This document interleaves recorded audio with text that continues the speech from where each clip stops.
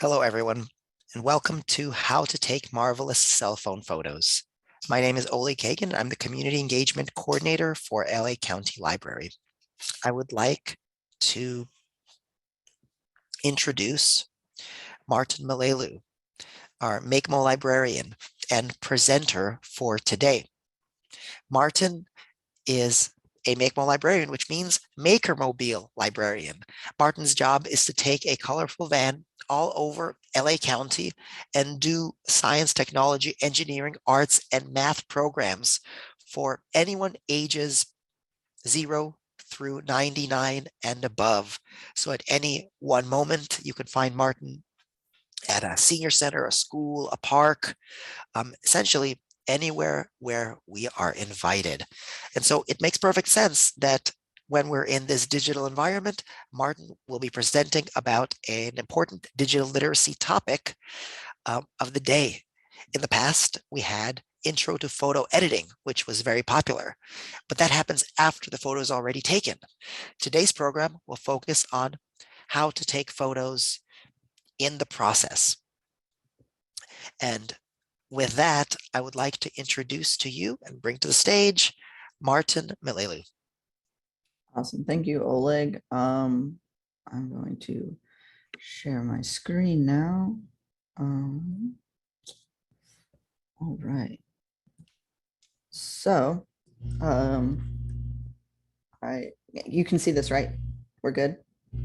Yep, everything is Cool. appearing excellently. Cool. Okay, so we're going to talk about how to take cell phone photos with your cell phone that you can feel good about, and you can feel good about sharing with your friends and family. So today we're going to cover basic phone camera settings. We're going to talk about how to set up a photo so that it looks nice. And then we're going to do an overview of the editing and sharing apps, just a handful of them that are available after you've taken your photo. All right.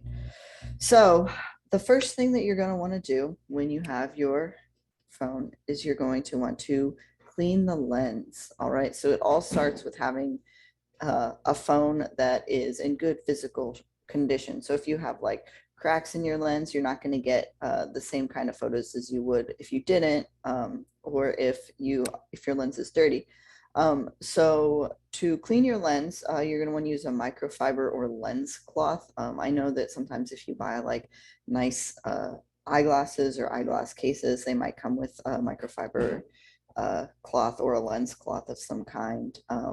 But you can get those pretty much anywhere, really. Microfiber cloths, especially lens cloths, you might have to go to like eyeglass store or something. A lens pen I saw was a thing that I have never seen one of these in real life, but it's basically a pen that you use to clean the lens of your cell phone, or you can use it for a regular camera as well. But basically, it's the same thing as a microfiber or lens cloth. It just is like a smaller surface area, so you don't have to use your finger. Or compressed air. So like the compressed air that comes in a can, you can just kind of spray that on the lens real fast, and that should get any of the dirt or dust off. A big don't is using chemicals because they may damage the lens coating. And most people do not recommend that you use them unless they are specifically designed for a camera lens. Even like rubbing alcohol can risk damaging your camera lens. So don't use any liquids unless they are designed specifically for cleaning the lens of your camera phone. All right. Observe camera etiquette. Be aware of what's happening around you when you're taking photos. Some people don't want to be photographed. If you are taking a photo and someone kind of like turns away, or you can tell that their body language is kind of reading that they don't want to be photographed, respect their choices. If someone doesn't want to be photographed, just don't take a photo of them. And it's also important to know what the regulations in your area are. So most places, like if you're in public, it's kind of it's probably fine, unless the people around you are uncomfortable. But if you're in a private setting, or I know like at doctor's offices, there are all those signs that say like don't take pictures of stuff, and like that's for people's privacy. So just kind of be observant, know what's happening around you, and be respectful. Um, so the first thing you're going to want to do after you've cleaned your lens and you know that it's an okay place to take a photo is you're going to want to hold the camera steady. You probably don't have a raccoon friend to help you hold your camera steady, but you're going to want to try to be as steady as possible, because it all starts with just having a, a shot that's not blurry. So a lot of newer phones kind of have built-in software that compensates for like a little bit of movement. So like if you aren't perfectly still, it's probably fine, especially if you have a newer phone. But there are some devices that can assist with taking more steady shots. You can have a tripod or a stand, or even like people use those pop sockets on the back of their phones now. You can use those to like prop up your phone, or even like leaning it up against some books. There's different ways that you can hold the camera steady for different shots that you want to take. But that is a big one, just to make sure that it's steady. I don't know if a raccoon would actually be steady though. So let's talk about flash. So on your phone is different from an actual camera in that on an actual camera, usually you can adjust the flash a little bit, but on your phone, it's either on or off, right? So you either have that LED flash going on, or like you don't have a flash at all. Flash can be, it's very hit or miss. So if you're trying to shoot something in complete darkness, and you don't have any other lighting, you might want to use flash. But it's best to set up lighting in the scene versus using the flash on your phone. So if you need to adjust where the lights are or the subjects of the photo are, so like adjust where someone's sitting or standing, or like move a table or something in the scene that you're wanting to shoot, you're better off doing that and adjusting the lighting in the scene than using the flash, just because you don't have a lot of control over the flash. You can also adjust, we'll talk a little bit later about how you can adjust lighting, excuse me, post shoot. So even if it's kind of a dark shot and you can't really adjust the lighting in the scene, you can edit it a little bit later. And again, there was a earlier program that one of the other MakeMo librarians put on about how to edit photos after they're off of your phone. So definitely check that out if you're interested in that. But again, photography is about self-expression. If you take a photo with flash and you're like, I really love the way that this turned out, I think it looks great, it's your photo. You get to decide what looks good to you, right? Well, I do recommend that setting the lighting up in the scene is ideal. If you're really into flash, then go for it. Zooming. So zooming is another thing that you can do on your phone. Zooming can result in grainy images. So grainy kind of means they're like a little bit pixelated. They might be a little bit more blurry. So it can it won't produce as clear of an image. And again, with more modern phones, a lot of this stuff is definitely being compensated for. The more and more technology gets better and better. But unless you're like buying a brand new phone every year, which I mean, some people do that, the way that you, or the amount that you zoom in definitely makes the photo a little bit more grainy. So it can also be harder to hold the camera steady. So when you're really, really zoomed in on something, any tiny movement is going to be easier to detect. So it's like harder to center your photo how you want it to be centered if you're zoomed in. Yeah, so you can zoom in.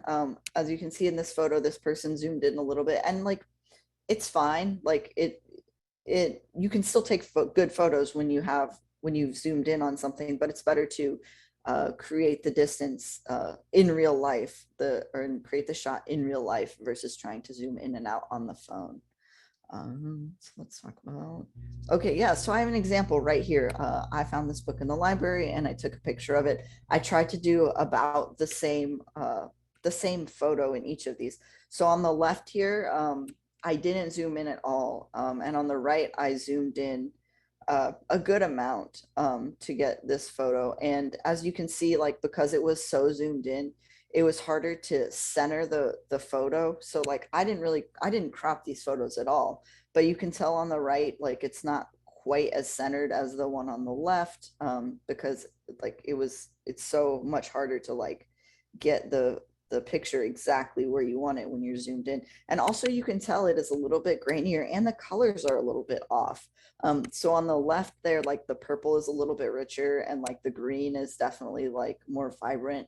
But on the right, like that purple is a little bit, it's not quite as rich, and you can see it's a little bit pixely around the edges. So yeah, it's just not as good of a photo as the one on the left. So one sort of basic thing we're going to talk about right now is landscape versus portrait. So how do you know whether you want to take a picture with your phone like this or like this, right? So one is landscape and one is portrait. So with landscape, it's going to be you're holding your phone like this to take the photo, right? So that is going to allow you to take a photo horizontally. And what you choose depends on what you're trying to highlight in the shot. So when you take a landscape photo, you're trying to include a wider shot, you're going to include more of the background.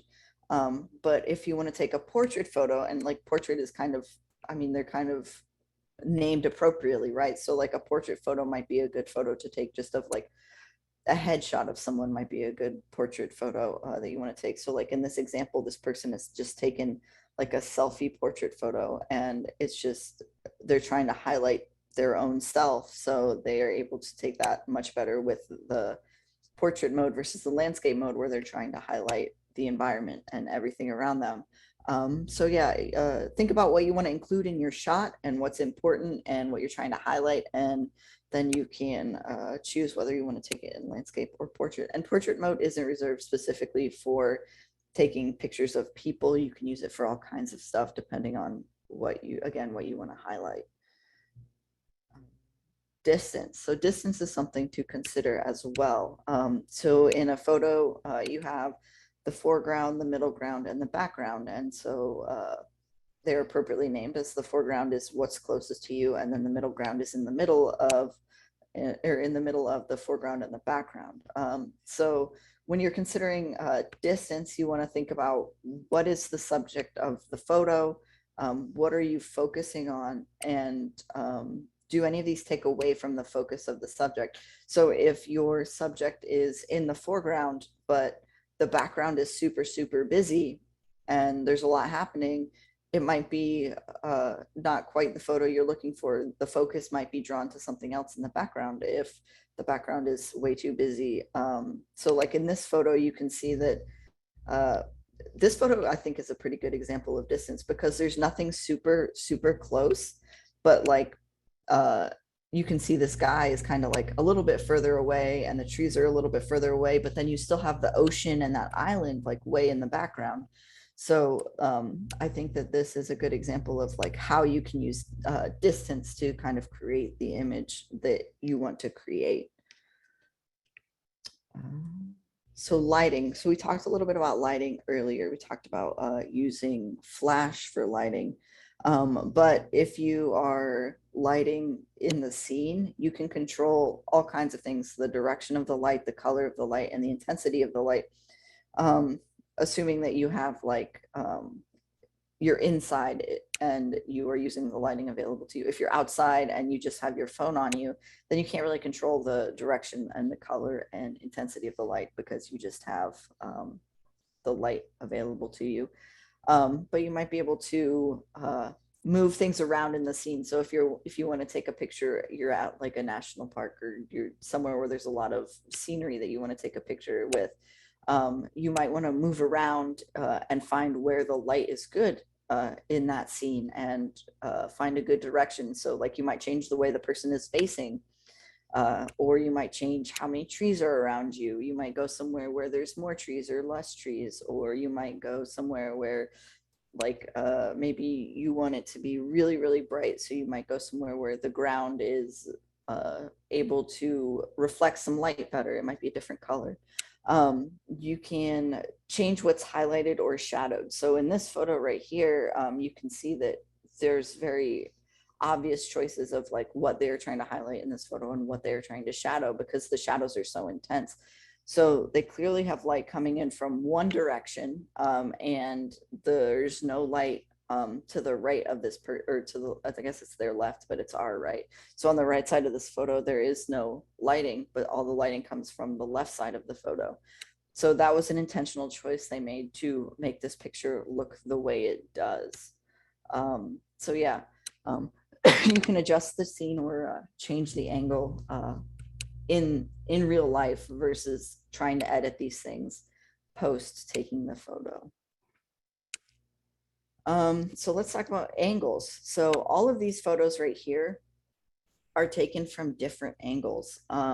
So you have up top, we have this child that's taken from a low angle, and then we have a kid that's taken a photo of from eye level, like straight on, and then we have another photo of a kid taken from up top. So depending on what you're trying to portray in the photo changes what, like, it changes how people feel about the photo. So like the kid at the top, like you can tell he's like going on an adventure and like ready for whatever, not only because of the way that this kid is dressed, but because of the angle of the photo makes it feel very like inspirational and like that kid's gonna go do something. And then like the kid that we're taking a photo of straight on, he looks like very serious and like very down to ready to do whatever needs doing. He's ready to go, right? And then the kid on the that we got the downward photo on, I think that that kid is supposed to look small, right? Because we are taking this photo from such a high angle and looking down on the kid that it kind of makes the kid look smaller. And so the angles just have, they just represent different things depending on how you shoot. But you also want to consider lighting. So like specifically with this kid on the top, the lighting, you can see the light sources, the sun, there's like the sun up top and it's coming down. And that also kind of helps make the photo have the same feel as like this kid is like gonna go on an adventure sort of thing. Because of the lighting as well. So you do want to consider the angles and the lighting and how those two things interact with each other and how they make the feel of the image. They change the feel of the image for sure. So to focus on your phone. So you are going to, sorry, you're going to tap on whatever you want the focus of the image to be. So phones are pretty advanced in that they are able to focus really well usually. So if you're going to shoot something, all you have to do is tap on the thing that you want to be the focus point of the image, and your phone will automatically focus to that. I know that newer phones do that for sure. It can change what's blurry and what's sharp in the image. So you can tell in this image right here of this person taking a photo, the focus of the image is this hand holding the phone. So the hand holding the phone is sharp and everything else around it, all the background is blurry. Also, when you change the focus of the image, it's going to change the lighting. So it is going to alter how the light is perceived in that photo too. And how your phone picks up the lighting in the area based on what you want it to focus on. And we'll look at some examples of that here shortly. So you should just be able to tap on what you want to take a photo of, and it should just automatically kind of adjust to that. So editing, you can do some quick edits on your phone just from like the native phone app on your phone, and or whatever photo app you use on your phone. You should be able to do some minor edits. And again, check out the other video that we did on how to edit photos. So you can, on your phone, just without any other apps, you can do a lot of adjustments. You can crop, you can adjust saturation and brightness and hue, and you can draw on the images too. So here we have this example of some leaves, right? So on the left, we have kind of this dark spot up top, and it kind of takes away from the brightness of the photo. So it's been cropped out on the right, and I think it makes the image a little bit more lively, to crop out that part that's kind of dull, and it's got like a little bit of brown in it too that kind of doesn't really fit in. I think it's got like a dead leaf or something in it. But the rest of the image is like so green and bright that cropping out that top part really makes the image better. So you can do that. You can adjust, when you adjust the saturation and the brightness and the hue, you're kind of changing the way the colors present themselves in the photo. So you can play around with those settings, and you can change. They're pretty easy to change. Usually it's like a little slider on your phone, and you can also always revert them back to the way they were. So any edits you make on your phone are usually pretty easy to revert back if you don't like them. Filters. So you can change the look and feel of a photo with filters. So I know that like Instagram has filters, and like all these other applications have filters, but there's also filters just on your native camera app. And you can change the look and the feel of a photo with filters. There are filters that you can physically attach to a phone or a camera lens before shooting, that will change uh, the way a photo comes out. But you can also use the software. The things that you would attach, you can attach them to a phone. There are specifically like lenses and filters made for phones. But most of what people are going to use is probably software. So you can use filters. Just they don't.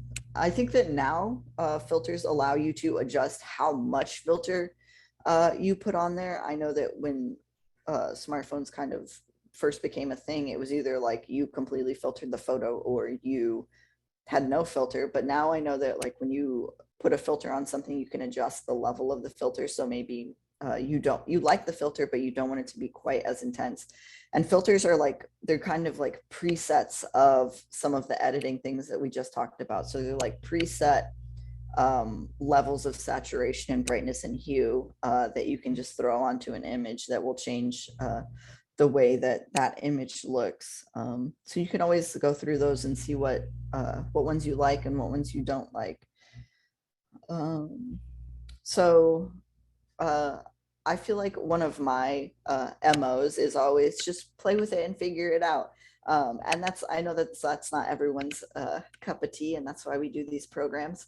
But I think fiddling with your phone is an important thing, because taking photos is all about aesthetic and it's all about personal preference, right? So you can absolutely just change all of the settings in your phone's camera to figure out what you think looks good. And nowadays there are so many settings ready to go and ready to be changed in your phone. You can change the aspect ratio. So like if you want to take a picture specifically for Instagram, and Instagram uses a very specific size of photo, so you can change your phone to take pictures specifically for Instagram using the size of photo that Instagram uses. Or you can change, you can turn the flash on and off. You can, this is my phone. My phone has this thing called single take, or you can, with single take, you can change it so that you can like, I think on an iPhone it's called burst. You like kind of hold the take a photo button down, and it'll take like a bunch of photos really, really fast, and then you get to pick the best one. And usually they're all pretty similar. Here we can zoom in and out. I can change it to, there's like different modes on your phone, so you can change it to like know that you're shooting when it's nighttime. So it'll adjust, the camera will adjust a little bit to compensate for the lack of light. There's just all kinds of settings inside your phone that you can definitely check out, and you can change them. And I think they're all pretty easy to revert back to the standard settings as well. So take a lot of photos. I don't know why these are all so blurry. They were not blurry when I put them up. So take a ton of different photos and then keep the ones that you think look good. So I took all of these photos from the same place. I tried to, you can tell with this one that's got a lot of white in it that I like tried to make something else the focus. There were a couple of them where I like kind of changed the angle I was standing at to get different lighting, but they all look kind of the same. The big giveaway for how they look different is the carpet. I think the carpet looks lighter and darker in a lot of these photos. Um, so just take a bunch of photos of whatever you're trying to take a photo of because they're all going to turn out a little bit differently. Just like minute changes in the lighting, what your focus is, those are all going to change the way that these photos look. So let's talk about apps for a second. um, So to edit your photos, you can use Snapseed. And again, definitely check out that other video because it's got way more about editing. So you can edit photos with Snapseed. Snapseed is Google's editing app.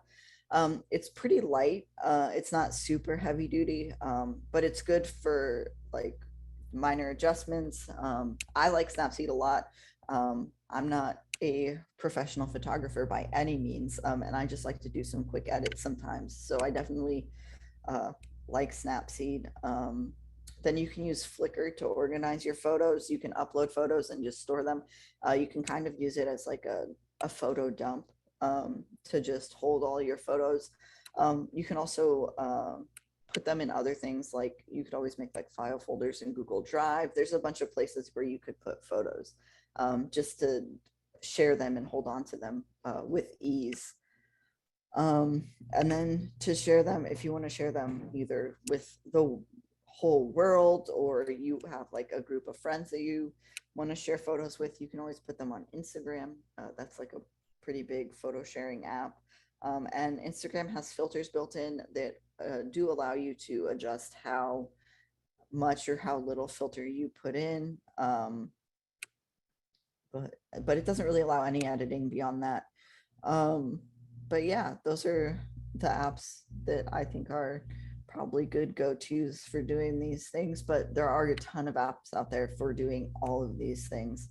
So it's definitely worth exploring if you want to share or organize or edit your photos.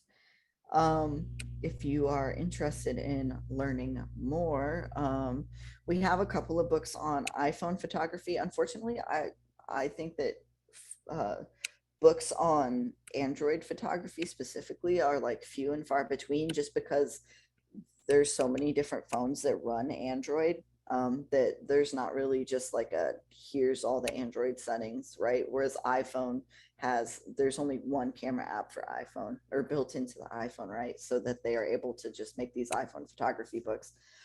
But we do have photography magazines on Overdrive and Libby that you can check out. And there's a ton of those. You can, a lot of them are published once a month or every so often. And you can check those out on Libby. It is free with your library card. But this iPhone photography by Richard Harrington is actually a course that you can take to learn a little bit more. It'll go more into detail than I did today, and it'll be specifically about taking photos with the iPhone. So that's definitely worth checking out, and it's with LinkedIn Learning. I'm sure Oleg will drop a link to that in the chat. And you'll also get this after the program. If you haven't been to one of our digital literacy programs before, you will be getting this slideshow in an email. So these are clickable links. So when you do get this slideshow, you will be able to click these links and go directly to these resources. So don't worry about that. We try to make it easy for you. So yeah, those are the resources that I would recommend if you are interested in learning more. And if you need other library services, talk to a librarian. You can go to your local library. Most of our libraries are open. The hours are online. Again, this is a clickable link. When you get this slideshow, you will be able to click on local library and it will bring up a list of all of our libraries and you will be able to find the one that's closest to you. You can always call them or go there. You can text a librarian Monday through Friday from 12 to 6 p.m. Using the number on the screen, or you can chat with a librarian via our librarian service. That's very much like instant messenger or like a chat program. And that's Monday through Friday, 12 to 6 as well. So let's see what questions there are. I'm gonna, yeah. Thanks, Martin. That was good. I was just thinking that ask a librarian, reach out to your librarian is good advice for so many life situations. More people should do it. Yeah, absolutely. So we've got a few questions, and we're here and available for your questions. So if you have questions that you have not posted yet that you're still formulating in your mind, feel free to post them in the Q&A. I prefer them in the Q&A portion of your screen just because it's easier to read them there. But if you want to post them in the chat, you can post them in the chat as well, because I have one eye in the Q&A, one eye in the chat, and the other eye on Martin and the slide. So I have glasses, so I have many ways to see things. So the first question is, what kind of phone are you using in your slides, Martin? I took none of those photos. None of those photos are from me. Oh no, so the ones at the library were from me. And I don't know. I can go back to that one. Well, what's the phone in the example, like in the screenshots you had? It looks Oh, like an this. iPhone, right? Well, no, this is my personal phone. So this is S20. This is And a this like Samsung S20. S20. Yeah. And then on some of the other slides, there was you had the screenshot of a This phone. one. Yeah, what phone This is is my that? S20. Yeah, this Oh, is it's my a Samsung S20. S20. Hmm. And some of these phones, they sort of look alike. Yeah. I thought for some reason it was an iPhone, but it's not. Yeah, this is my phone. Yeah. All right. Um, So then moving on, the next question is for taking photos in portrait versus landscape. I noticed my phone also has a portrait mode. Can that be used for landscape photos? yeah, so I think so the portrait mode on your phone is just trying to create, like, it's trying to use presets that are already inside your phone to create the best portrait, right? So you can use it for whatever you want, right? But it's trying to optimize your phone for taking a portrait. So it might adjust like the focus of the image or the Usually saturation. it blurs the back, it sort of Yeah, separates the background from the foreground. So if you're taking yeah, a picture of me, like actually like the way you look, Martin, like your background is blurred. And so yeah, you like stand out. So right. that's usually a portrait. So yeah, it doesn't matter which way you turn your phone in that situation. Yeah, it'll work both ways. I like using portrait mode. I think it's cool. And then if you decide that you want to play around with your phone, you can adjust where it focuses, and Mhm. so you can play around and get some interesting and amusing photos with various blurs in different places. Anyway, next question: do you have any tips for taking group photos? Um, like personal tips. Um, what would I do if I was going to take a group photo? I would take a lot of photos. That would definitely be the first thing I would think about, would be like, okay, I have to take a lot of photos, because if you're taking a photo of a lot of people, people move. Like, even if they don't think they're moving, they're probably moving, right? Or they're like blinking. Micro Uh, expressions. right. So like take a lot of photos, and yeah, just be conscious of like where people are in relation to each other, like where they're standing, who's taller, who's shorter, right? And also like where the light is coming from and who that affects. Because like if the light is coming from this way and I'm short, so if someone like real tall was standing next to me, they might be blocking all the light. So then I would look kind of weird, right? Because I'd just be like shadowed, right? Um, what would you think about like? I think what you mentioned earlier in the presentation about angles, I think that's actually really important when it comes to group photos, because even when somebody's short, if somebody, for example, you're taking a photo and you stand on a chair, then that totally negates the fact that some people are tall, because everybody's going to be looking everybody's looking up. So, unless somebody's super tall standing in front of somebody super short, you're going to be looking down on everybody. So it'll be that's one easier. So yeah, considering angles, heights, and right and left will change the way that group photos work, and sometimes make it work better. So stuff like that, like where you how you frame the photo, how you adjust the people, um, that often helps. But yeah, my first thought was exactly what you had said, which is to take a bunch of photos. So like that burst mode, that's ideal for that sort of situation because you count to three, you make sure everybody can hear when you're counting, and then you press the button, just hold it, and it's gonna go do do do do do do do do do. And so when you look at the photos after, you'll be amazed how in some of them, like there's those people who always blink in photos, they're gonna be like but in the first one they're gonna be like they're gonna have their eyes closed, but in the next few it's gonna be like, oh, they thought the photo was done, and then they open their eyes, and then it's perfect. So yeah, no, I think you covered that one. So the next photo is when I take distance photos on the beach, they look blue gray. Any thoughts? I think that that's something that like that you probably have to adjust after you take the photo, to like brighten it. I think maybe you can even do that beforehand. You can do that. You can do Yeah. that. So there's some of those things like in the screenshot that you have on the screen. There's the settings on top.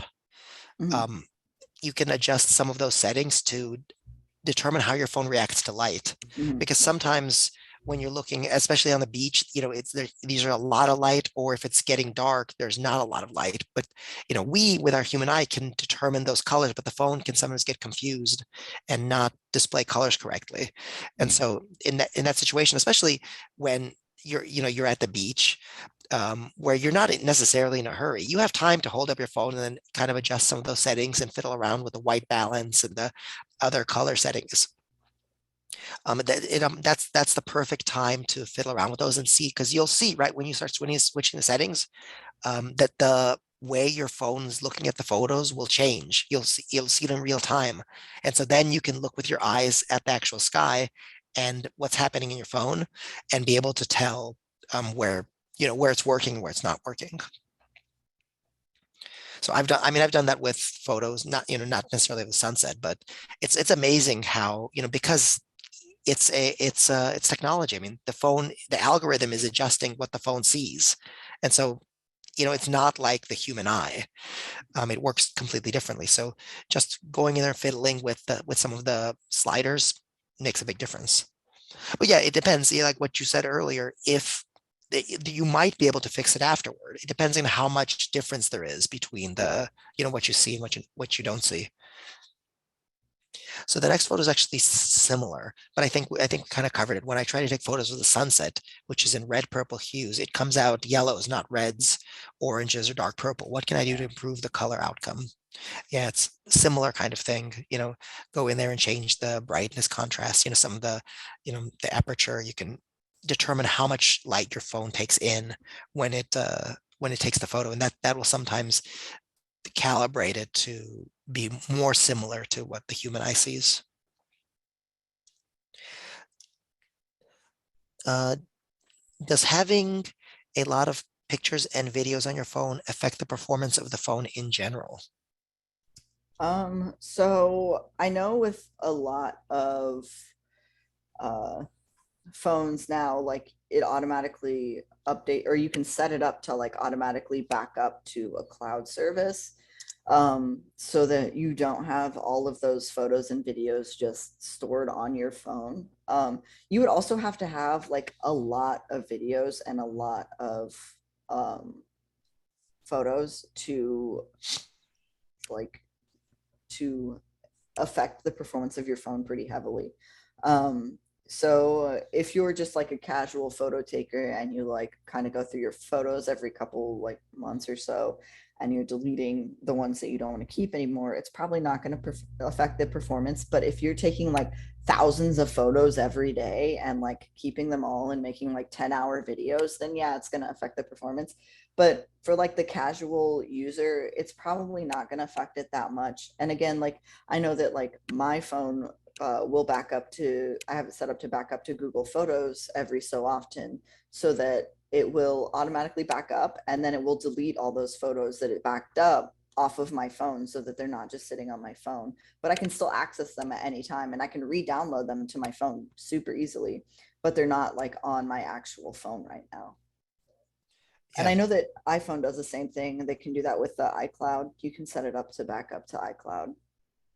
Yeah, usually your phone will tell you when you're starting to get to that place where you're running low on room, where you're running so low on room that it's going to start to do weird things. And the other thing is that pictures themselves tend not to take up very much space relative to the amount of space on your phone. Like a single photo is like 0.00000% of the total space your phone has. Videos, on the other hand, the longer they are, the more space they take up. So even like a 10-minute video can take several gigabytes, which is, if you have a phone that's whatever it is, these days, 16 gigabytes, and you have one video that takes up 2 gigabytes, that's a pretty substantial percentage. So it's really the videos that kill you, not as much the photos. Yeah. But you can do the same thing. Like you could just have those set up to back up to cloud storage, and then they'll just do that automatically, and then it'll delete it off your phone. Yeah, that's a wise thing to do especially if you're connected, if your phone is always connected to the internet. Like if you go to an airplane mode, or if you somehow not connected to the web, then you won't be able to access those photos. But if you're mostly in a place where you have a connection, whether that's a cellular connection or a Wi-Fi connection, yeah, you pretty much have ubiquitous access to those photos. And you can also, when they're backed up to a cloud service, they're easier to access on like a computer. And you can also share them from that cloud service too. Yeah, I'm a fan of Google Photos. I do like Um, Google Photos. it actually automatically sorts by it recognizes people's Yeah. faces, and it automatically sorts by who people are. So like it automatically, like I have a baby, and it automatically captured the baby as it got older. And amazingly, it knew that it was the same child at various ages. So that was pretty cool. I just added the name to it so that I can always search by my son and daughter's names. Mine knows who my Yeah. cats are. It knows that they're two separate cats, and it knows Yeah. their names.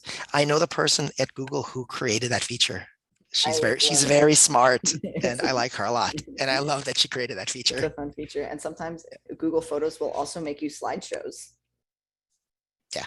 that are And it fun. reminds you what you did that day Yeah, and stuff like that. Google Photos is fun. it is fun. I love it. Do you find a difference with the regular iPhone and the Pro Series iPhone?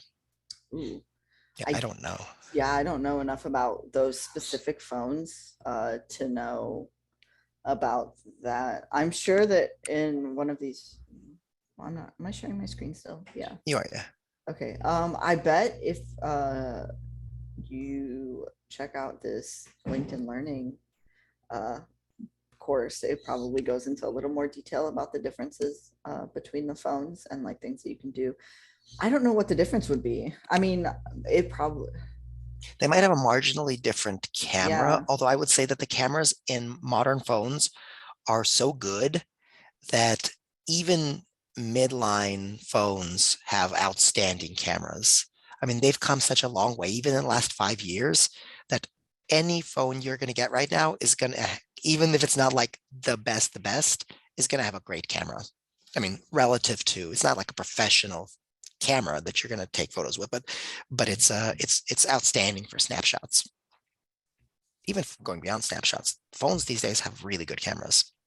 this is a really bad example, and I apologize if these pictures are so blurry because when I took them on my S20, and they look great when I uploaded them, but I guess like resizing them and transferring them so much, they kind of just got distorted in the process.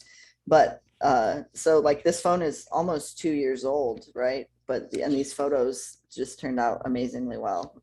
So like I don't know. I mean, every time they make a new phone, I'm like, how could this camera be better? Like it just blows my mind. But I mean, yeah, they I mean, do it. well, that they have like several lenses on the, they have like 4 lenses on it. Each lens does something different. So it's both software updates, so the algorithm keeps getting better, and also the physical hardware they're able to fit more and more powerful hardware into the phones. So yeah, I mean, it really is something, it's like magic. How do you add the filters on before taking photos? Oh, so that would be like uh, if you're talking about like physical filters, it's like a little camera attachment that you would buy separately, and it would like clip over the top of your phone, and it would go over the lens, and then you would take a photo that way. Um, but I think you can also apply filters before, like in your camera settings before you take the. I know you can. I don't know why I said I think you can. I know you can apply filters so that you can kind of see what the outcome of the photo is going to be before you even take the photo with the filter on it. That is definitely something you can do. And that's, again, like it's going to be one of the settings. I don't know specific, it varies from phone to phone, depending on what phone you're using. But it is something that is within the settings that you can do if you want to change that in the software rather than the hardware. Mhm. Thanks, Martin. And then when you said tap before you take a photo, what does that mean? When you use, I mean, it's the same for both Android. This person uses an Android phone, but it's the same for Android and iPhone. Just like tap the screen. So when you're trying to focus on something and you like are looking through your phone at the thing, just tap on the screen at what you're trying to focus on, and it'll kind of shift how the picture looks to focus on whatever you just tapped on. That's a really neat feature. It's such a simple way to improve photos. That's like, tip number one, clean the lens and then focus. Right. If you're taking a picture of an individual plant, is that vertical or horizontal? Oh, I think it depends on the plant, right? Yeah. And what I mean, else you like want in the photo? vertical, horizontal. Right. And what else you want in the photo? Yeah. What's the advantage of the Snapseed app over the iPhone editing that comes with the phone? Um, I don't really know what is in the iPhone editing apps. I know that Snapseed is just kind of like it's free, so anyone can use it. iPhone users can use it as well as Android users, and I think that Snapseed has a lot to offer. I don't know how much the iPhone uh, in-house app has to offer, but I really like Snapseed. I think that there's a lot you can do with it. That makes it, and it's pretty intuitive. I think like when you look at it, you can, it's relatively easy to figure out what things do what. I feel like everything's like pretty clearly labeled, and it has a lot of really fun presets, so you don't necessarily have to do like, you don't have to like be like, oh, I want to adjust the hue and the saturation or like this and this by like a minute amount. You can say, this is how I want the photo to look like. Let me just go through these settings and see if I can find like a little preset that makes the photo look this way. I think it's just a very easy to use, intuitive app that, uh, as someone who just takes photos for fun, I'm not trying to like do really intense photo editing. I just want to take silly pictures and share them with my friends. So I think if that's your goal, then Snapseed is kind of a fun, free way to do that. I think the interface is it's different than anything you get in other apps where you can adjust the amplitude or whatever it is, the size of an effect by just dragging your finger right in the middle of the screen. It's kind of a fun and different way to edit the photos. And I suspect that it does more than just the built-in, both with the Android and the iPhone, does more than those. So it, Mm. it goes a bit beyond what you might get on a regular, just built-in editing. Let's see. Um, I think we covered this one. What phone would you recommend using for great photos? Any Almost, of them. yeah, Yeah. they're all pretty good. It's not always the phone itself. Sometimes it's the software because you can get different cameras or built-in camera software on your phone. And if you Google, uh, mobile phone mobile phone camera software, you'll see that there's many comparisons, and the different photo and different camera apps will do different things. So you have your built-in one, and they have a certain algorithm they use to adjust how your phone sees. And then other camera apps, and some of them are free, some of them are paid, will have a different algorithm, and you'll be able to have more or less control on taking photos. So yeah, it's the phones are all good. And then the camera apps is the next thing that you have control over. Some phones have limited space. Do you recommend SD cards? I think SD cards are fine. Yeah, I mean, if your phone doesn't have a lot of space on it, then I think either using Google Photos or iCloud or an SD card, they're all good. The only thing that would make Google Cloud or Google Cloud, Google Photos or iCloud a better choice would be that it's like immediately on the internet, so it's like easier to share that way. It's easier to transfer it to a computer that way. But if you're just trying to have more photos on your phone, then I think a SD card is a great solution. Yeah, if your phone has an SD card slot, not all phones have, SD cards. If I don't know if all the folks out there are familiar with what an SD card is. So most of the people know what an USB is. USB is about, about this big, maybe like an inch and a half, an inch tall, and it's got a little slot. It plugs into most computers. And then people know what a USB-C is. USB-C is a slot on the Android phones these days. It's a little rectangular, like oval kind of thing where you plug in. It's usually what you use to charge your phone. And then an SD card is a small, thin memory, essentially a memory card, that you can plug into most computers. There's bigger ones and then there's smaller ones, and you can plug them into computers. It's essentially just a storage medium. But not all phones have the SD card slots, so that's the key. A lot of tablets do, but not as many phones do.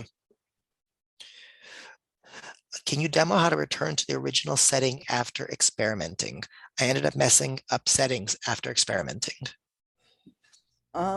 So it's going to be a little bit different on every phone.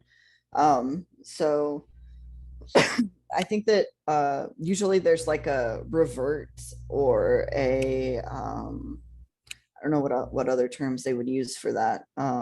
Yeah, return to default, that sort of thing. Yeah, so it'll either say like revert or return to default or something like that.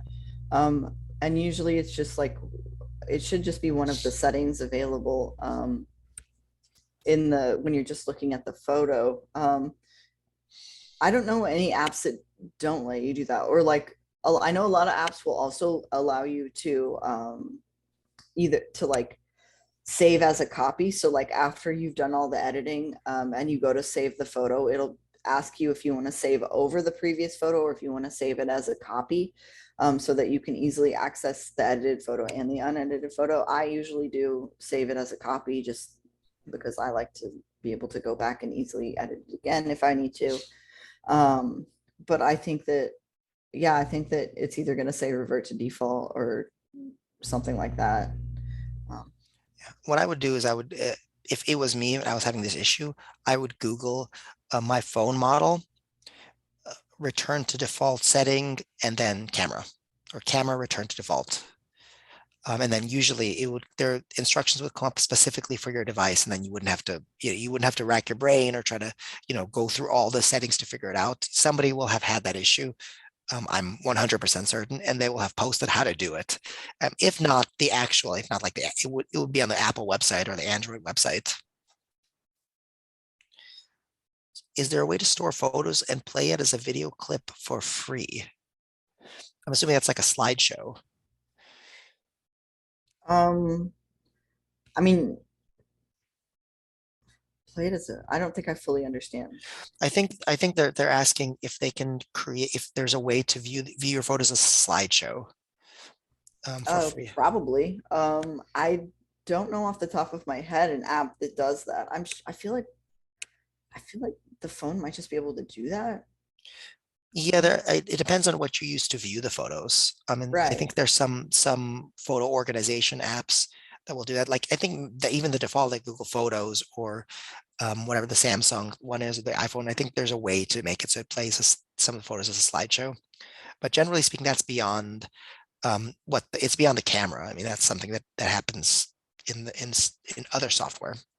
Yeah, I just took a brief glance to see if there was like a slideshow option, but I don't see one in like the default settings. Mhm.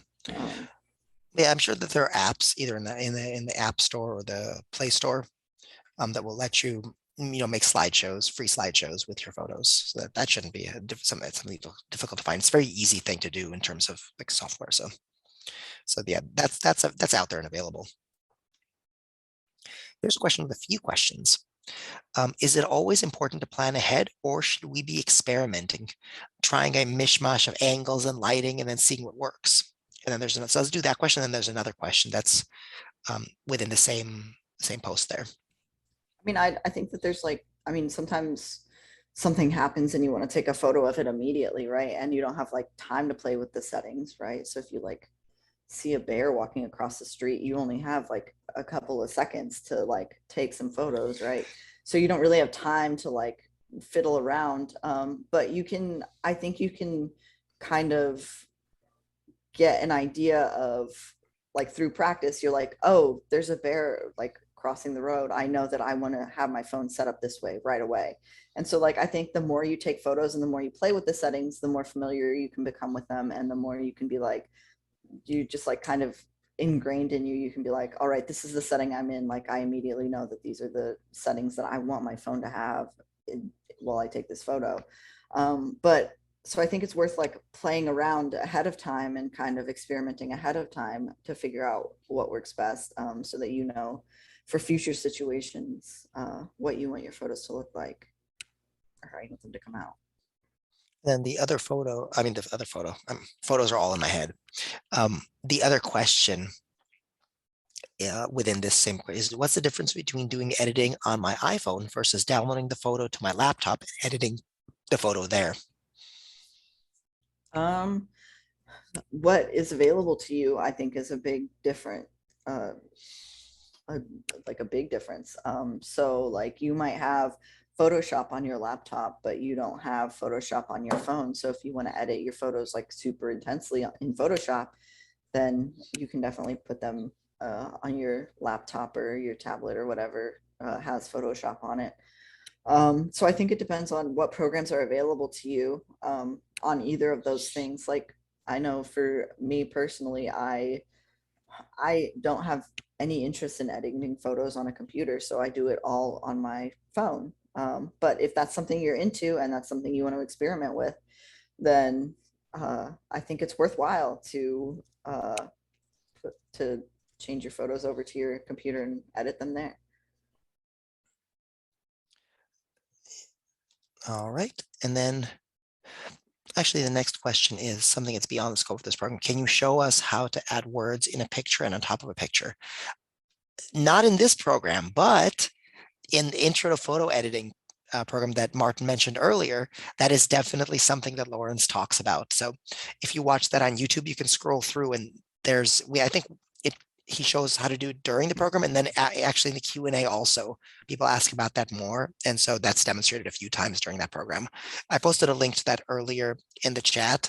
And then I'll also send out a link to the intro to photo editing by email. So we're not going to answer that question right now, but there is an answer out there. And should you be interested in it, then you can watch Intro to Photo Editing and you'll learn that and a whole lot more. Regarding lighting, is it better to face toward or against the light when taking photos? I think that depends on what you're taking a picture of.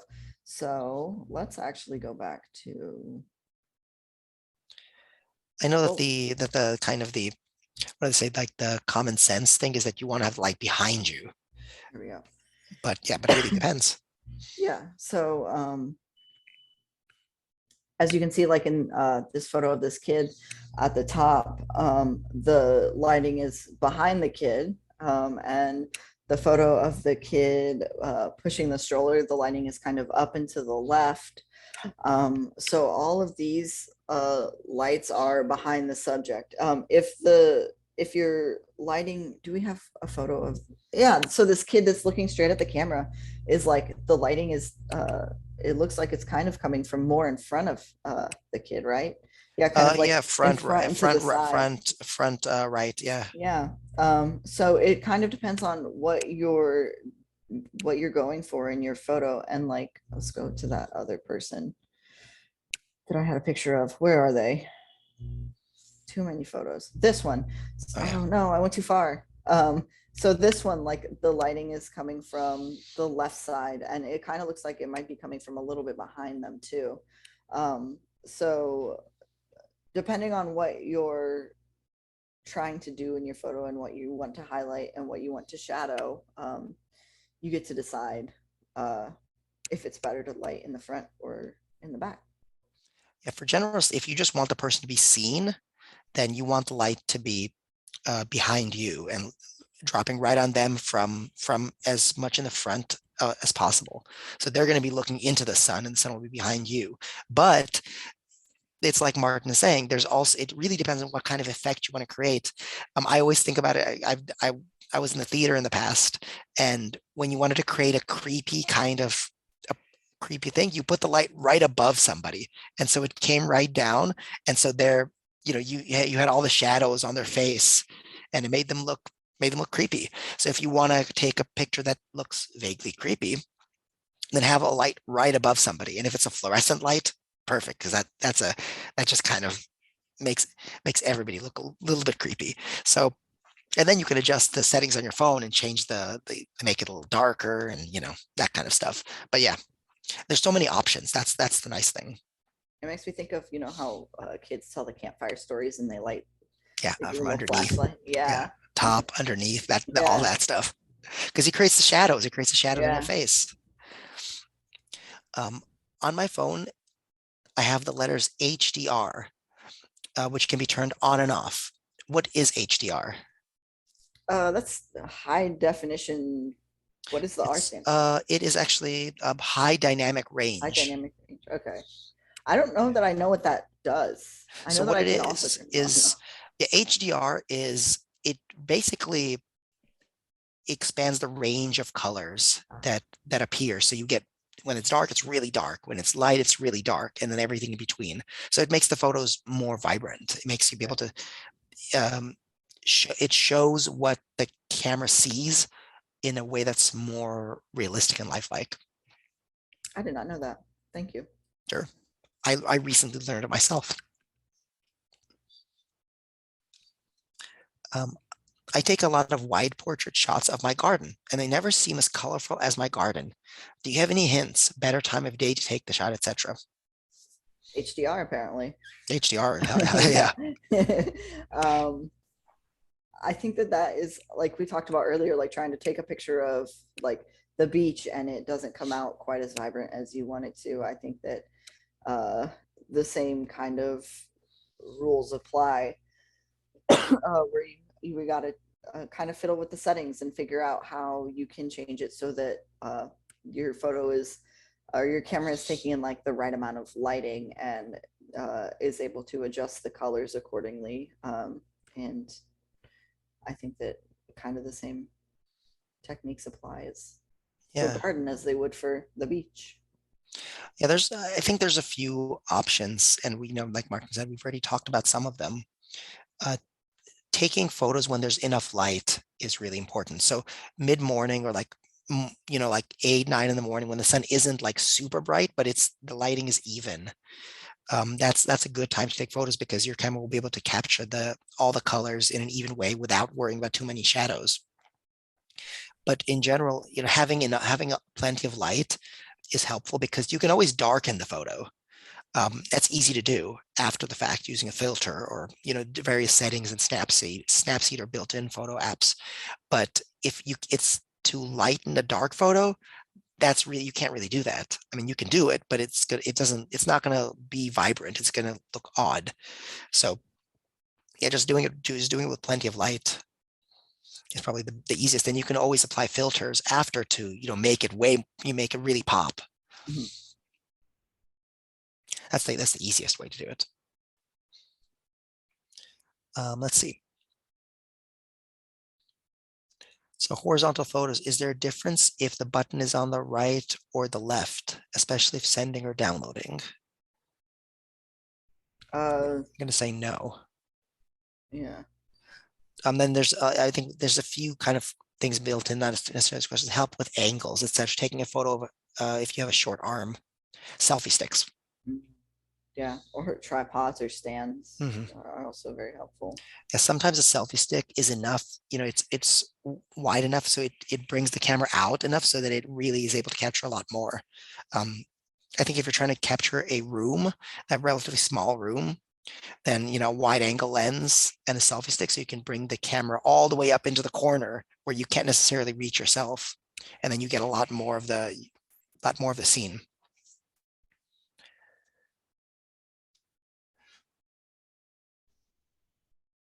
On my phone, there's an option with no flash, and the flash with a little A next to it. What is that? The I believe that's automatic, right? Yeah, so Yeah, it detects if it decides for you whether or not to use flash based on how much light is available. it almost never uses flash from what I've seen. I don't remember the last time my phone used flash. I'm gonna even check if it says set to auto, but it so rarely uses flash. You No, almost mine's forget that just it off, exists. so I don't know. I'm gonna check right now on my phone. Yeah, my flash is just off. But I guess leave it on if you wanna, if this something is too dark, or I don't know, if you need that kind of the burst of light. Can you edit if someone's eyes are closed? I don't think so. I mean, maybe in some like advanced photo apps or photo editing apps, you might be able to do that. Or if you're really good with Photoshop, you might be able to do that.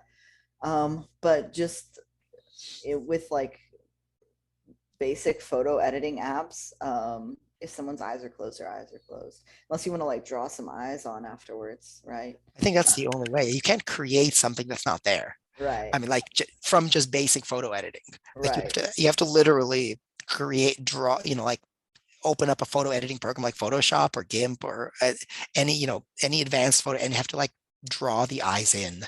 Yeah, So it's possible. I mean, if the person's really far away, then it's easier than if the person's really close because there's less eyes to draw if they're far away. Like it's just right. a few dots. Or if you But took a lot of photos, you could edit them out of one photo and pop them into another photo. yeah, but that's not something that's just like a simple That's thing not, to do. yeah, That's that's that's not kind of basic photo that's kind of editing. complicated. Can you explain the different symbols you can choose on the phone? Well, that might be a challenge because there's different symbols on different phones. Yeah, so I think that you're going to have to play around with the settings. You might also want to Google what those different symbols mean, and you can describe them as best you can to Google. Usually, other people have the same questions. They're like, "What does this symbol mean?" It's probably a relatively simple thing to Google. Well, not maybe not simple, but you'll get a lot of results and a lot of people trying to figure out the same thing. So I think that while we can't, because there's so many different phones and so many different phone apps, we can't just be like, oh yeah, this one does this one. Um, but I think that you should be able to figure it out with a little bit of searching. Yeah, there's usually really, really good and really good help files Yeah. for most popular cameras and camera apps. I understand basic filter settings such as brightness and saturation, etc. But can you explain what white balance is? So that is how kind of how close things are to being white. Um, if that I don't does that make sense, Oleg? I mean, I I'm gonna think explain it a that's little bit more. Yeah, I think that's a perfect start. Yeah. So basically, if you create more white balance, if you like up that setting, it's going to make the photo, it's going to make things, it's going to move them closer to being white. And if you move it away, it's going to move them further away from being white. Right. So, like in this Yeah, photo that we're looking at right now, there's a lot of white already in this photo. So, if we turned the white balance all the way up, it would just probably be a washed out photo. it probably wouldn't look like anything. It'd just be like a Well, white. it appears it changes the way that the whites appear in the photo. So it Yeah. would be it's like the difference between a fluorescent light bulb and like a regular incandescent light bulb. You know how the old school light bulbs are yet just yellow by default, unless you have as it's like painted with orange or whatever. Um, they're yellow, but they have kind of a warm light. And then the incandescent bulbs are or the these modern neon bulbs or whatever, those round ones, they're like white. It's sort of like that. Difference between those two.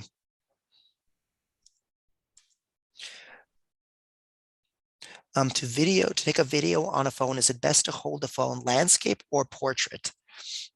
Is it the same as you instructed for taking photos? I've always been told to hold your phone sideways for video. I think it depends on what you're taking a video of. I think that if you are taking a video of someone, like if you were going to take a video of me just sitting here talking, you might want to do it on portrait mode. But if you are taking a video of, like, if you're at the Grand Canyon and you want to like take a video of everything, then you're probably going to want to do it landscape. So I think it depends on what you're doing. And I don't think I think for photography, there's no, you should always do it this way. I think anyone who tells you that is lying. Because it depends on, there's so many factors involved in taking a good photo, that to say that you should always take a landscape video is just, that can't be true. Um, Yeah. So I would say that in this situation, it's like it's options. What you have to think about is most screens are not portrait. Most screens are landscape. Like if you look at, where we are, our boxes here, they're rectangular going horizontally, not vertically. And so when you take a video in portrait, you're automatically cutting us into a portrait. Whereas if you take landscape, you capture more because your screen is rectangular. And so your people are gonna see more of it. So by default, I always take videos in horizontal mode or in landscape mode, just because when you look at it later, it's gonna cover the whole screen. But yeah, it depends. I mean, if the effect that you want to create is just a focus, then yeah, you just use the vertical mode or the portrait mode.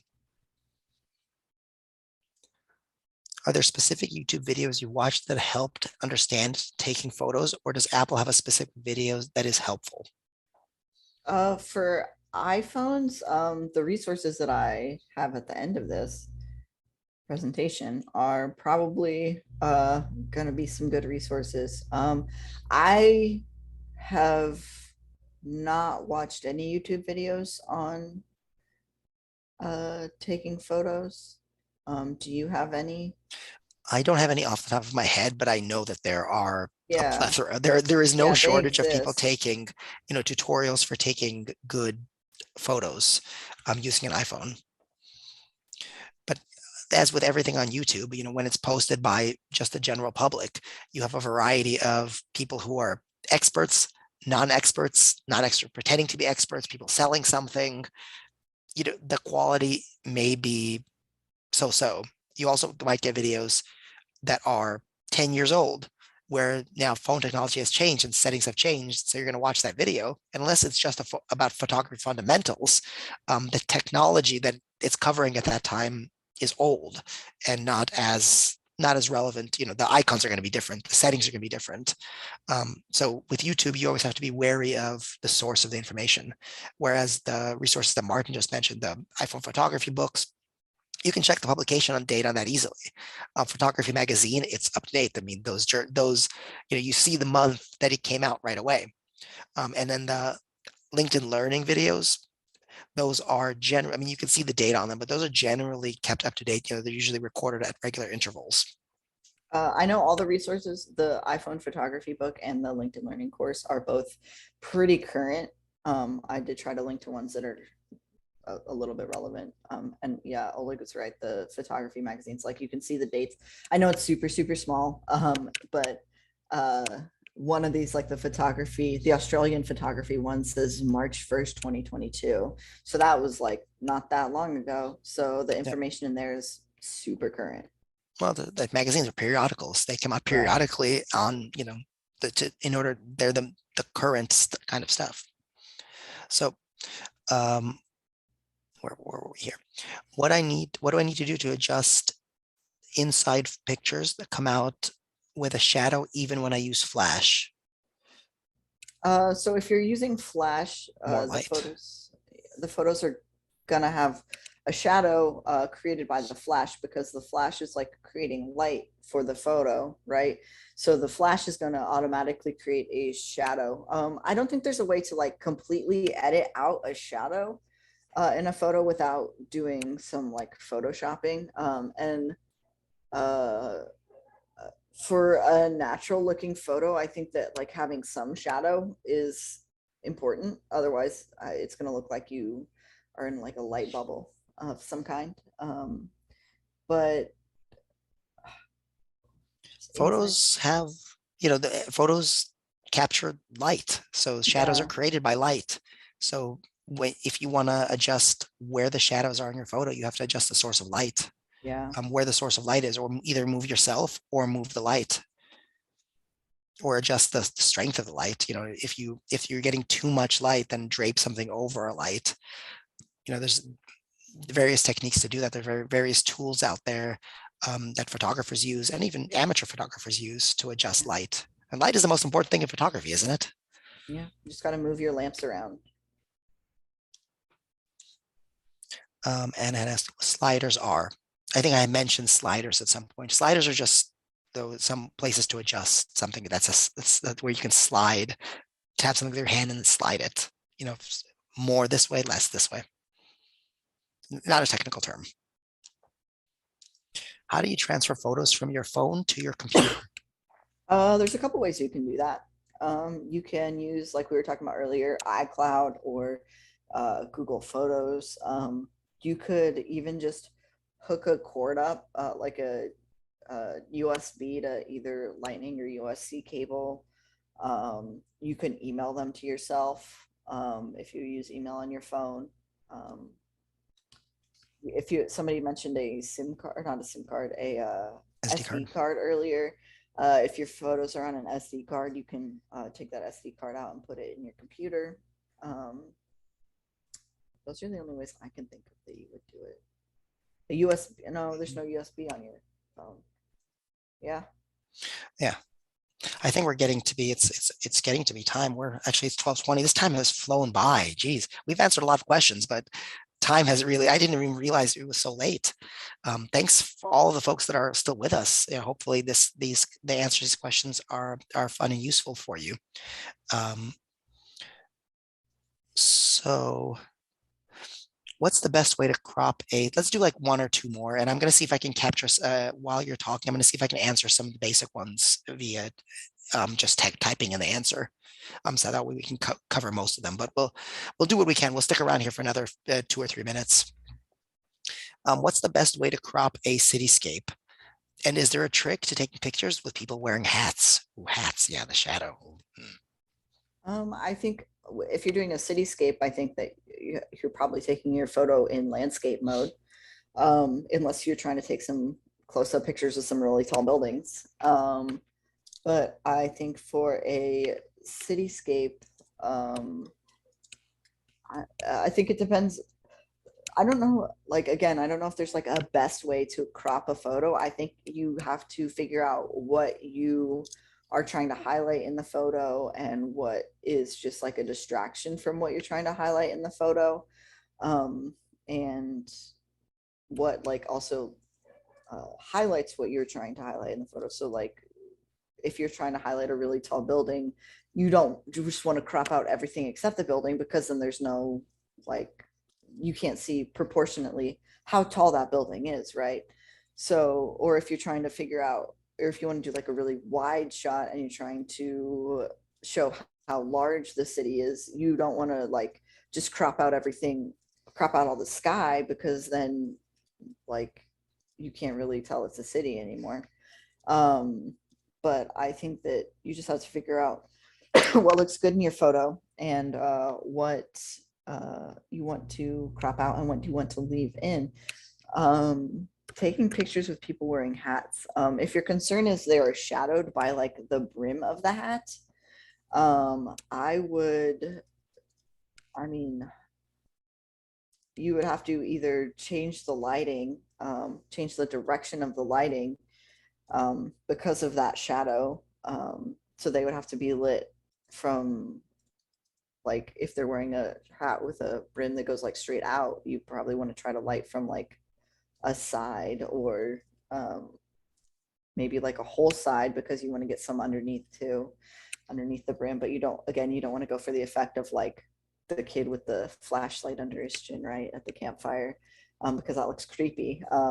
So I think, I don't know, for people with hats, yeah, you got to make sure that you're getting enough light under the hat without making them look creepy. Yeah. So got that one. So this is on iPhone. Can you show us how to automatically back up to cloud, and take photos off the phone? Unfortunately, we can't because neither of us have an iPhone. Yeah, I think that's a little bit beyond the scope of this event. But if you Google that, there are Apple has tutorials on how to do that. There's a ton available. Yeah. Can you create a Google Cloud if you have iCloud on your Apple phone?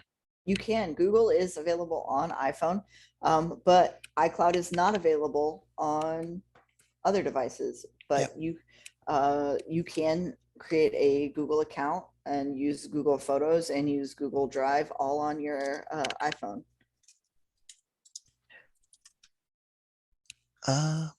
Do you personally like Apple phones or Androids better? In my opinion, I I like Android better, because I don't like being locked into an ecosystem. And I feel like with Android, I have more freedom to use different products and they all interact with each other better. But if you're really into having an iPhone and having a MacBook and like that's your whole jam, like I have friends that do that and they love it. They like love being able to like link their iPhone to their MacBook and like have all that stuff talk to each other. But I like being able to just easily get to anything everywhere. So I think it's personal preference, definitely, but I I like Android better. What do you like, Oleg? I'm an Android user for the same reason that you are. I like Android's interface, but I like that you have more control over the way it looks, and I like that you're not inside an ecosystem. I'm a Linux user on my personal computers because I don't want to be within Windows's ecosystem and I don't want to be within Apple's ecosystem. I like to have as much control as possible over my computing. The trade-off for that is that I have to know more. I have to look things up more. Mhm. Not everything is as simple and clear, but I kind of like to tinker. So for me, that's actually part of the fun. And I think that like lately, especially Google has kind of been taking some of the things that people really like about the Mac ecosystem, or the Apple ecosystem, and putting them into their devices. Like I know now that I can, like I use Google Messages on my phone, and now I can use Google Messages on my computer too, which is something that a lot of Apple users really like. This is totally not about photos at all. um, but I like that they're kind of taking some of the cool features and moving them over. I think that's it. I don't think we have any. I'm answering the final question just via chat here. It's about whether we're going to have a class specifically on using iPhones to take photos.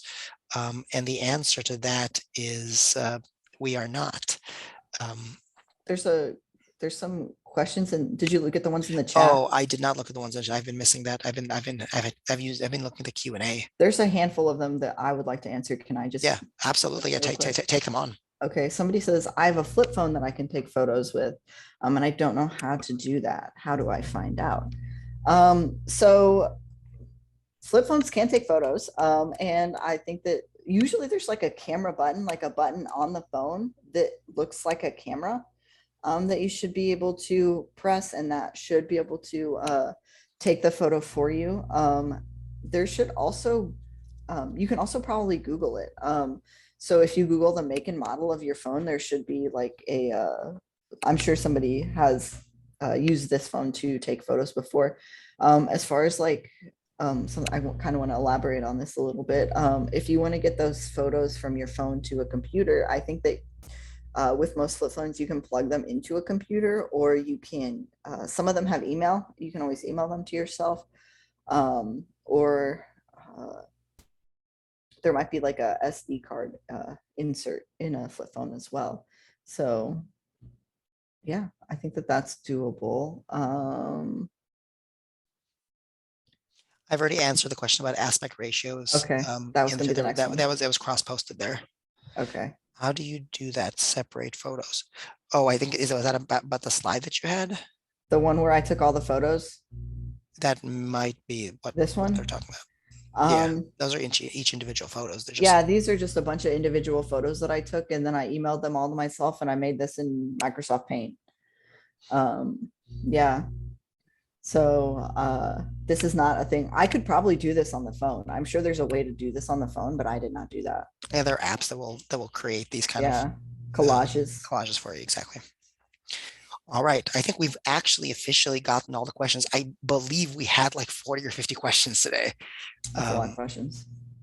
Yeah. So separate by animal. So Oh, yeah, okay. yes, that's a Google Photos kind of thing. Yeah. So go ahead, Martin. Google Photos kind of does that automatically for you. So it's a little, it can feel a little bit creepy because that means Google knows like what these people look like, right? But it's also like kind of helpful. Yeah, if you just start uploading a bunch of stuff into Google Photos starts to recognize when people look the same, or when pets look the same, or when like just like where you are is the same.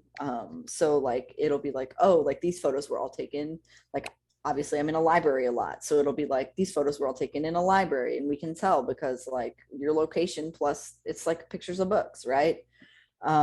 So Google's just super smart, and it takes the information that it has already plus the information that you're giving it, and it is able to just automatically do that. And you can also go through and it'll be like, when it's still kind of like learning, it'll be like, is this a picture of so and so? And you can say either yes or no. And then it'll slowly learn more and more about like what those people look like and who they are. Exactly. So I think that's it for all of these questions. I'm pleased that we're able to cover them all. You know, we didn't have we were, we usually schedule these programs because we know that there's going to be a lot of questions and we like to cover those questions. So I thank you, Martin, for sticking around and answering the questions. We have a program coming up next week, Finding Credible Health Information, April 7th at 11 o'clock, next Thursday at 11 o'clock. I don't have a registration link for that yet, but I will definitely have one next week, and it'll be on our calendar. And then after that, through April, we have Navigating Banking Apps on the 14th, Exploring Messaging Apps on the 21st, and Spotting Misinformation Online on April 28th. And don't worry if you didn't remember all of that stuff. I will post that, in upcoming programs and in future follow-up emails. So you'll definitely be able to join those programs at when they become available and posted in our calendar. Well, I think that's about it. And I'm a little bit tired. Yeah. Thanks, Martin. Yeah. Thank you. And for those mentioning in the chat, I will send a follow-up email with a video of this very thing. This will be in the video. We're right now. This will be in the video, and all the Q&A and all of what Martin said during the presentation will be in the video, so you'll be able to review all of that. And with that, I mean, it's 12:30. All those who stuck with us, thank you very much. Follow the library on social media at LA County Library on all the social media platforms. And for that, you'll find out what the library is up to and about more programs. Have fun taking photos. Good luck and good Well. afternoon. See you next time.